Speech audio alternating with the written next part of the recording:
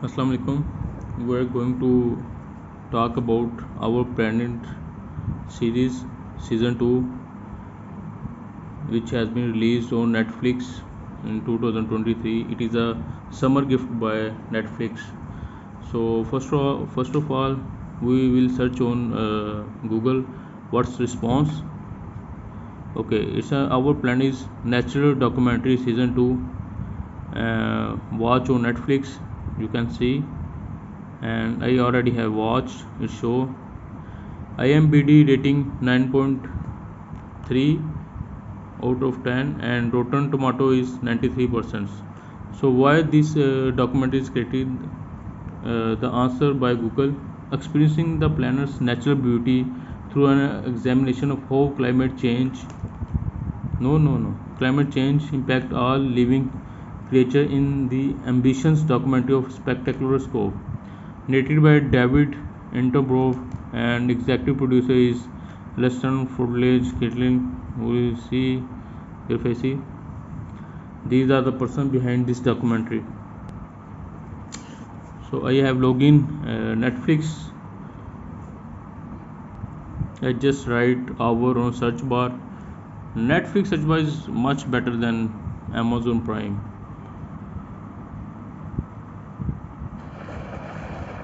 So this is little trailer. हम पहले बात करेंगे इसके सीज़न 1 के बारे में. First we talk about our planet season 1. In first season, first episode is our planet, second is about frozen worlds, third is about jungles, fourth is about coastal seas, five about from desert to grasslands, and the fifth is the high sea, and the seven is fresh water, and the eight is forest. But if I talk about myself, jungle is one of my favorite documentary, and as well as fresh water. Where is fresh water? Yeah, so इधर ही हम देखेंगे search bar में.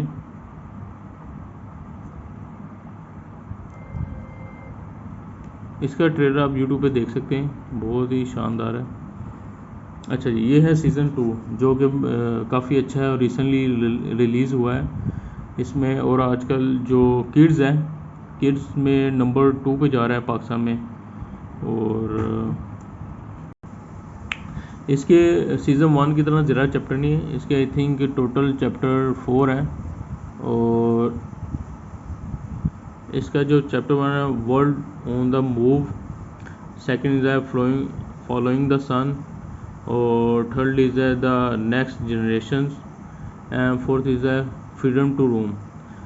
काफ़ी ही ज़बरदस्त chapter हैं जिसमें ख़ास तौर पे बताया गया है कि जो हमारा क्लाइमेट चेंज हो रहा है और ख़ास तौर पे जो इंसानी नस्ल बढ़ रही है उस पर जो जानवर हैं वो कैसे उन पर इम्पैक्ट हो रहा है. लेकिन इसमें जब हम चैप्टर 4 में देखते हैं कि उसका कंक्लूड बहुत अच्छा किया गया है. वो कंक्लूड में बताते हैं कि अगरचा बहुत ही खूबसूरत जो बाल मुझे लगी, मैं आपको बताता हूँ.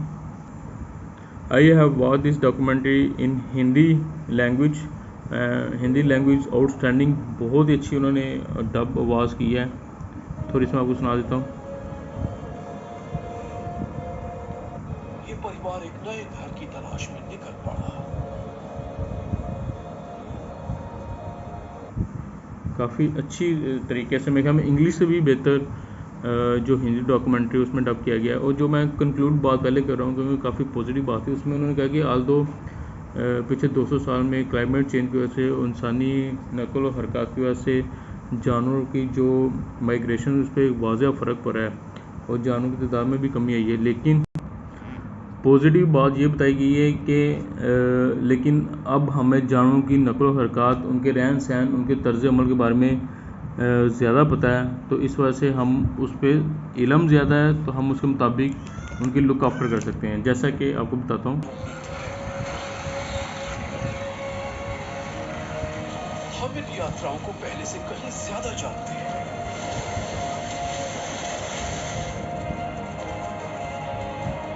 और हमारी मदद से बहुत सारे जीव हमारी आधुनिक दुनिया की चुनौतियों से.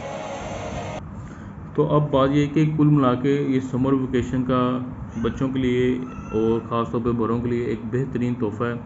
काफ़ी एफर्ट से इसमें काम किया गया है। प्लैनेट आवर प्लैनेट जो सीज़न 1 था वो भी आउटस्टैंडिंग था, वो भी मुकम्मल देखें। और साथ ये सीज़न 2 है, ये भी बहुत ही कमाल है। नेटफ्लिक्स में जो डॉक्यूमेंट्रीज़ हैं उन्हें काफ़ी अच्छे से फिल्माया गया है। मैं नेटफ्लिक्स वालों की फिल्म्स होती हैं उनसे ज़्यादा मुतासर नहीं होता, क्योंकि वो एक दो कमरे में और थोड़े से वसाइल में एक मुकम्मल फ़िल्म तैयार कर देते हैं। उसमें ज़्यादा बजट इस्तेमाल नहीं किया जाता और ज़्यादा आउटडोर कैमरा शूट नहीं होते, तो मैं उनकी जो फिल्म्स हैं वो ज़्यादा इन्जॉय नहीं करता। लेकिन जो उनकी डॉक्यूमेंट्रीज़ हैं वो बहुत ही ज़्यादा परफेक्ट हैं, और उनमें से एक मिसाल ये है। तो मज़ीद इसकी थोड़ी हाइलाइट्स पे बात करते जाते हैं कि आप अभी ट्रेलर थोड़ा सा मैं आपको दिखा देता हूँ। पता नहीं इस पर स्ट्राइक आएगी यूट्यूब की तरफ से क्या।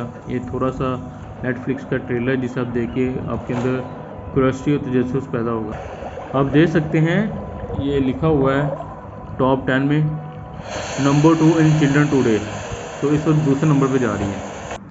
सीज़न 2 के चैप्टर 1 पे मैं बात करना चाहूँगा। सीज़न 2 का जो चैप्टर 1 है उसमें माइग्रेट जो एनिमल्स माइग्रेट कर रहे हैं उनके बारे में बताया गया कि कैसे खुश्क साली आती है, कैत आता है, सूखा आता है, हिंदी में जो वर्ड इस्तेमाल करते हैं। उसके बाद जानवर जो होते हैं वो माइग्रेट करते हैं अच्छे खाने की तलाश में। तो रास्ते में उन्हें किन किन चुनौतियों का मुश्किल का सामना करना पड़ता है, वो जो सेकंड सीज़न का पार्ट 1 है उसमें बताया गया। जैसे कि इसमें देख सकते हैं बुल जो इस वक्त माइग्रेट करना चाह रहा है, तो इसमें शेर बुल को अकेला करते हैं झुंड से, तो फिर उनका शिकार करते हैं। ये अब बर्ड्स का माइग्रेट बताया गया कि किस तरह ये टिड्डी दल जो कि हमला कर देते हैं, फसलों को तबाह कर देते हैं, वो किस तरह सी को भी अबूर कर पाते हैं अपने खाने की तलाश में। और इसी तरह ये बच्चों का भी बताया गया कि बच्चों को किन मुश्किल का सामना करना पड़ता है और किन वरान टापू उनका होता है। फिर इस तरह ये बताया गया है कि किस तरह ग्लेशियर पिघल रहे हैं और इनके ठिकानों को, रहन सहन को, खुराक को, सब चीज़ों को मुश्किल का सामना करना पड़ रहा है।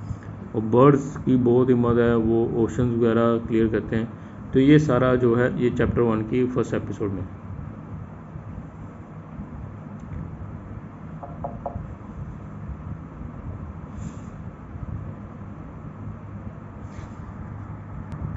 चैप्टर 2 जो है वो फॉलोइंग द सन की हेडिंग दी गई है कि जो हमारी पृथ्वी है, ज़मीन है, अर्थ है, वो सूरज की रोशनी के चेंज होने से किस तरह असरअंदाज होती है। जैसे कि बीज के बारे में बताया गया कि जो बीज हैं वो सूरज की रुख उन्हें ज़्यादा सूट करता है, और आल दो जो छत्ता वो ओपनली बनाते हैं उसमें इनकी थोड़ी सिक्योरिटी को लेकर इशू रहता है, जो इन्होंने मलका की केयर करनी होती है। तो एक बी उनमें से जो आप उन्हें कहते हैं कि गार्ड बी होती है, मुहाफ़िज़ भी होती है, वो उड़ के जंगल में ऐसा दरख्त तलाश करती है जिसके अंदर तने के अंदर सुराख होता है और उसका रुख सूरज की तरफ होता है। उधर जाके तमाम बीज नया घर बनाती हैं और लाखों की तादाद में होती हैं। तो इनका एक रहन सहन का तरीका बताया गया था, और बताया गया था किस तरह ये सूरज को फॉलो करती हैं।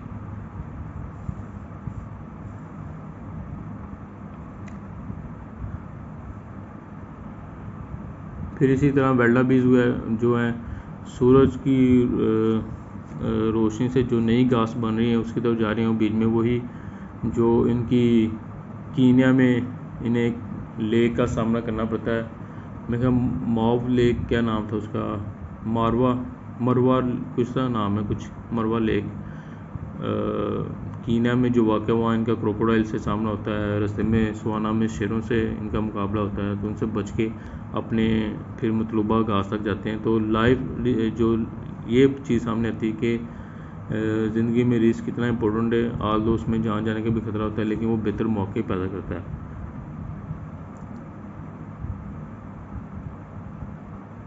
ये फिर बीच में छोटे छोटे कीड़ों मकोड़ों की भी डॉक्यूमेंट्रीज हैं। ये मैं क्या मेंढक के लार्वा हैं।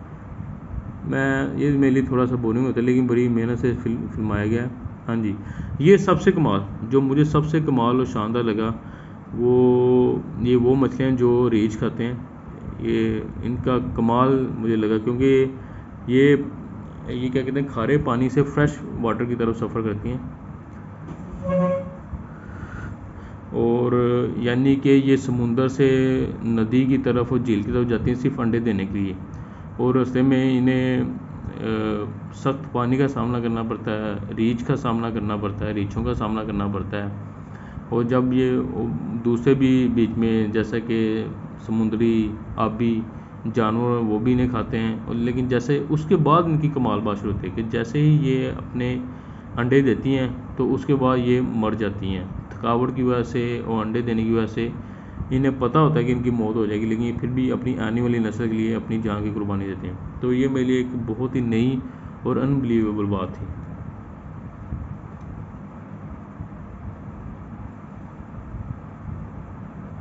ये देखें, ये सब इनकी लाशें भरी हुई हैं, यानी कि अंडे दिए हैं और ये नदी में मर जाएंगी। ये अंडे दे रही हैं,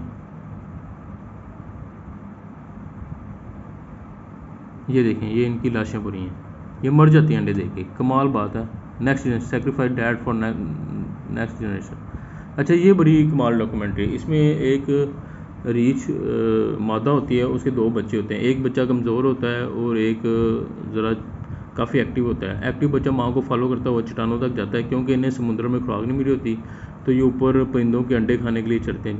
जो बच्चा थोड़ा कमज़ोर होता है उसे काफ़ी एफर्ट करनी पड़ती है कमज़ोर बच्चे को खाने के लिए। डॉक्यूमेंट्री में नरेटेड कहते हैं कि अगर वो इतनी एफर्ट नहीं करेगा तो उसका ज़िंदा रहना मुश्किल होगा। तो जानवर बहुत ज़्यादा मेहनत करते हैं, बहुत मेहनत से अपना खाना ढूंढते हैं। इवन के वालिदैन उनकी पूरी सपोर्ट करते हैं, लेकिन अगर बच्चे में खुद दम नहीं है तो वो उसको उसके हाल पे छोड़ देते हैं। ये जी वेल्डा बीज आपके सामने, इनका सबसे बड़ा कट है। हर साल कहते हैं 6,000 एनिमल मरता है ये नदी पार करते हुए। ये तो आप सामने देखा होगा। जो थर्ड एपिसोड में नेक्स्ट जनरेशन के लिए बताया गया है कि खासतौर पे कछुओं का बताया गया है कि कछुए ये एक कुदरत का कमाल करिश्मा है। जो ज़मीन के अंदर एक मैग्नेटिक फील्ड है जिसे ये जानवर फॉलो करते हैं बड़े अच्छे से। और आप अंदाज़ा लगाएं कि जब ये बच्चे पैदा होते हैं तो काफ़ी मेहनत से एफर्ट करके कभी किसी परिंदे का लुकमा बन जाते हैं, तो कभी ये आबी मखलूक़ात का लुकमा बन जाते हैं। लेकिन जैसे ही ये खारे पानी में और दूर के पानी में पहुंचते हैं तो फिर लगभग अपनी ज़िंदगी के 10 साल बाद या 15 साल बाद या 5 साल, मैं भूल गया हूँ थोड़ा सा एग्जैक्ट, ये वापस आते हैं 15 साल बाद। तो हाँ, मादा जब खुद अंडे देने के काबिल होते हैं फिर वापस आते हैं। यानी कि बचपन में जब पैदा होते हैं तब ये सफ़र शुरू करते हैं, और जब 15 साल की उम्र के पहुंच जाते हैं फिर वापस उसी जगह पहुंचते हैं, पूरी दुनिया के समुद्र घूम फिर के वापस वही जो बचपन की मेमोरी थी उस मेमोरी की बना पे वापस इसी आइलैंड आते हैं अंडे देने के लिए। फिर वो नरेट करता है कि हर साल फिर इस तरह मादाएँ इसी जगह पहुंचती हैं जब तक उनकी ज़िंदगी होती है। तो ये कुदरत का एक करिश्मा है कि किस तरह उन्होंने महज एक या कुछ दिनों के बच्चों की मेमोरी इस तरह रख देती है कि वो ज़िंदगी का सारा सफ़र करके 10-15 साल बाद, हम तो एक ही रास्ते पे जब 10 दफ़ा ना जाएं तो हमें वो रास्ता याद नहीं होता। ये कुदरत का करिश्मा है कि उसने इंसान को अक्ल से नवाजा और जानवरों को जो अक्ल रिक्वायर्ड थी वो अल्लाह ने उन्हें दी।